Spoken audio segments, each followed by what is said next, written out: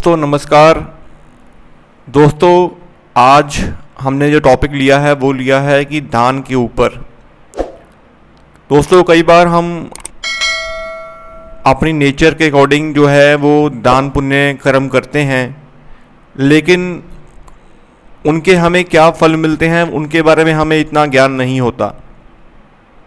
कुंडली के अनुसार हम कोई भी दान जब करते हैं तो कुंडली में बैठे हुए ग्रहों के जो फल होते हैं हमें उनके रिगार्डिंग भी अच्छे या बुरे फल मिलते हैं। दोस्तों आज हम उसी टॉपिक के ऊपर बात करेंगे कि कपड़ों का दान किन लोगों को करना चाहिए और किन को नहीं करना चाहिए। दोस्तों अगर आप इस चैनल के ऊपर नए हैं तो चैनल को आप ज़रूर सब्सक्राइब कर लें।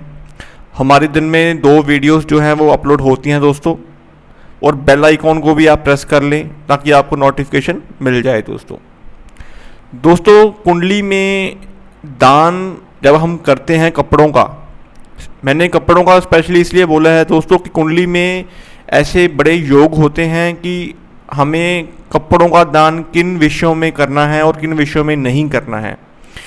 कुंडली के अनुसार दोस्तों कपड़ों का जो कारक माना गया है वो बेसिकली हमारे शुक्र हैं। दोस्तों हमारी जितनी भी लग्जरी है, जितने भी हम जो सुख हैं वो भोगते हैं चीज़ों के, वो सब हम शुक्र से ही देखते हैं। दोस्तों कुंडली में अगर आपकी शुक्र देव अच्छे ग्रहों में बैठे हों, जैसा कि दोस्तों खाना नंबर 12 में शुक्र देव उच्च के माने गए हैं दोस्तों, तो कुंडली का एक सिंपल सा नियम है दोस्तों कि जो ग्रह कुंडली में अच्छा हो, अपनी राशि में हो या फिर उच्च का हो, तो उन चीज़ों का दान हमें नहीं करना चाहिए।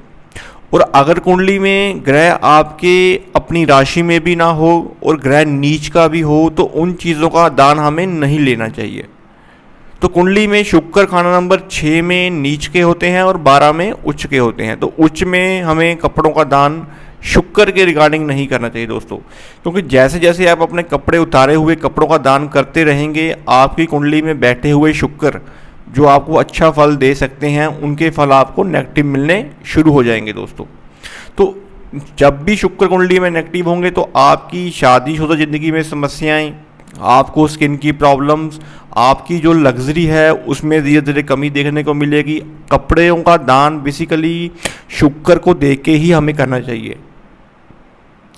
दोस्तों कुंडली के अनुसार अगर गुरुदेव बृहस्पति देव अगर कुंडली में शुक्र के घर में बैठे हों, जैसा कि खाना नंबर 7 में, तो 7वां भाव जो होता है दोस्तों वो आपकी डेली इनकम का भाव भी है, आपकी गृहस्थी का भाव भी है। लोगों के सामने आप अपने आप को कैसे रख पाते हो, उनसे आप कितना बेनिफिट ले सकते हो, ये सब चीज़ें हम 7वां भाव से ही देखते हैं। एक तरह से हमारी आटे की चक्की जो होती है वो शुक्र के और बुध के अधीन ही घूमती है दोस्तों। तो इसीलिए 7वें भाव में जब भी गुरुदेव बैठते हैं दोस्तों, तो गुरु जहाँ पे भी बैठते हैं उस भाव की वो हानि करते हैं और जहाँ पे वो देखते हैं उन भावों को वो अच्छा करते हैं दोस्तों। तो शुक्र जब गुरुदेव जब 7वें भाव में बैठेंगे दोस्तों, तो उनकी दृष्टि जो होगी वो लगन पे भी होगी, 11th हाउस में भी होगी और 3rd हाउस पे भी होगी।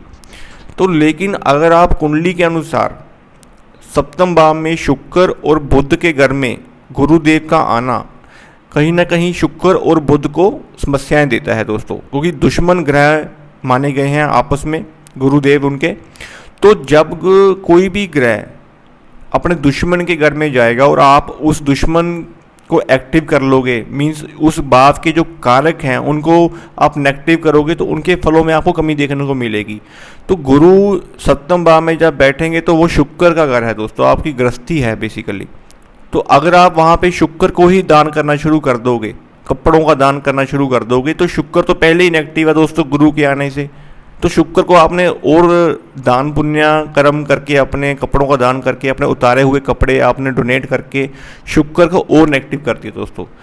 तो इस तरह से आपको कुंडली में भी देखना पड़ता है कि कुंडली में आपके कौन से भाव में कौन सा ग्रह बैठा हुआ है। तो 7वें भाव वाले गुरु वालों को भी बोला गया है कि आपने कपड़ों का दान नहीं करना। अगर कुंडली में शुक्र देव भी कहीं 6-8 में हो और गुरु 7वें भाव में हो और आप कपड़ों का दान कर रहे हो, तो आपकी गृहस्थी जो है वो धीरे धीरे उसमें कमी देखने को आपको मिलेगी दोस्तों। शादी की समस्याएं, भी सप्तम भाव के गुरु वाले देते हैं, क्योंकि सप्तम भाव में गुरु बैठ के शादी भी बहुत देर अवस्था में करते हैं दोस्तों, क्योंकि ये बुध और शुक्र का घर बोला गया है।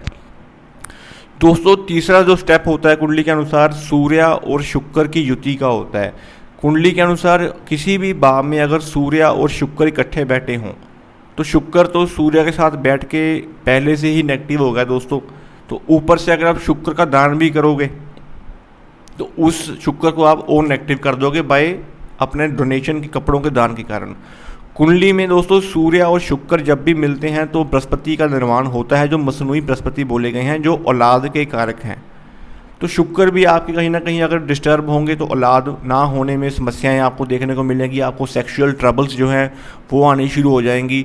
कुंडली में जब शुक्र देव खराब होते हैं तो चंद्रमा ऑटोमेटिकली जो है वो खराब होना शुरू हो जाते हैं, और चंद्रमा का खराब होना, आपका मन पीड़ित रहना, पैसों की समस्याएं रहना, ये सब चीज़ें जो होती हैं आनी शुरू हो जाती हैं दोस्तों। तो कुंडली में सूर्य और शुक्र की युति भी हो तब भी आप कपड़ों का दान बिल्कुल ना करें। इस चीज़ को आप अपने दिमाग में ज़रूर नोट करके रखें। ओवरऑल दोस्तों कुंडली के अनुसार ये 3 कंडीशंस थी जो कपड़ों के दान नहीं आपको करने चाहिए। और इसके अलावा दोस्तों कुंडली में और भी बड़े परहेज होते हैं अपनी डोनेशन के टाइम पे, पर जो एक सिंपल सा जो नियम कुंडली के अनुसार हमें देखना चाहिए वो ये देखना चाहिए कि हमारा जो ग्रह अच्छा बैठा हुआ है कुंडली में, क्या हम उसका दान तो नहीं कर रहे। अगर कुंडली में एग्जाम्पल के तौर पे अगर मैं बात करूं तो अगर शनि देव आपके सप्तम भाव में बैठे हों, तो सप्तम भाव में शनि देव जो है वो उच्च के बोले गए हैं दोस्तों।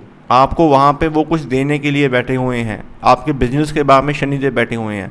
तो अगर आप वहाँ पे लोहे का दान करना शुरू कर दोगे, तेल का दान करना शुरू कर दोगे, तो शनि जो आपको वहाँ पे देने के लिए बैठे हुए थे दोस्तों, उसका आपको बड़ा नेगेटिव इम्पैक्ट जो है आपके बिजनेस में देखने को मिलेगा। मकान तक जो है वो बिक जाते हैं अगर आप कुंडली में शनि के दान कर रहे हों, अगर कुंडली में शनि अच्छे बैठे हों। तो इस कंसेप्ट को भी आपको समझना चाहिए दोस्तों। ये छोटे छोटे परहेज जो होते हैं यही उपायों का भी काम करते हैं दोस्तों कुंडली के अनुसार भी। तो दोस्तों उम्मीद करता हूँ आपको ये छोटा सा टॉपिक जो है वो समझ में आया होगा।